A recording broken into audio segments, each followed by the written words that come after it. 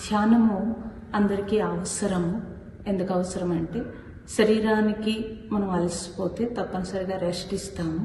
కానీ మనస్సు ఎన్నో రకాలుగా పనిచేస్తున్న దానికి ప్రత్యేకంగా మనస్సుకి విశ్రాంతి ఇవ్వాలని తెలియదు.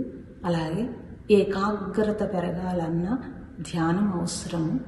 అయితే ఈరోజు ధ్యాన దినోత్సవం చేయడము ప్రపంచవ్యాప్తంగా అందరూ కలిసి ఒకేసారి ధ్యానం చేసినప్పుడు ఆ వైబ్రేషన్స్ అంతా కూడా ఈ ప్రకృతిని ఒక పాజిటివ్ ఎనర్జీ నింపడము. అంటే మనం ప్రకృతికి మనం అందరం కూడా ధ్యానం చేసి ఒక సేవ చేసిన వాళ్ళం అవుతాము.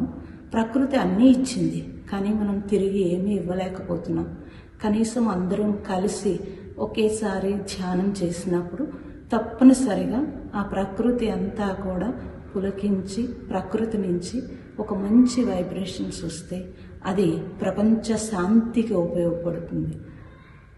వ్యక్తి శాంతి విశ్వశాంతికి ఉపయోగపడుతుంది. కాబట్టి ప్రతి ఒక్కరూ కూడా ధ్యానం యొక్క ఇంపార్టెన్స్ తెలుసుకోవాల్సి ఉంటుంది. అలాగే ధ్యానం చేసినప్పుడు తప్పనిసరిగా మీ అందరికీ కూడా ఒక పాజిటివ్ ఎనర్జీ శరీరంలో అనేక రకాల మార్పులు రావడము, తద్వారా ఆరోగ్యము కలగడము, ఆనందంగా జీవించడం జరుగుతుంది.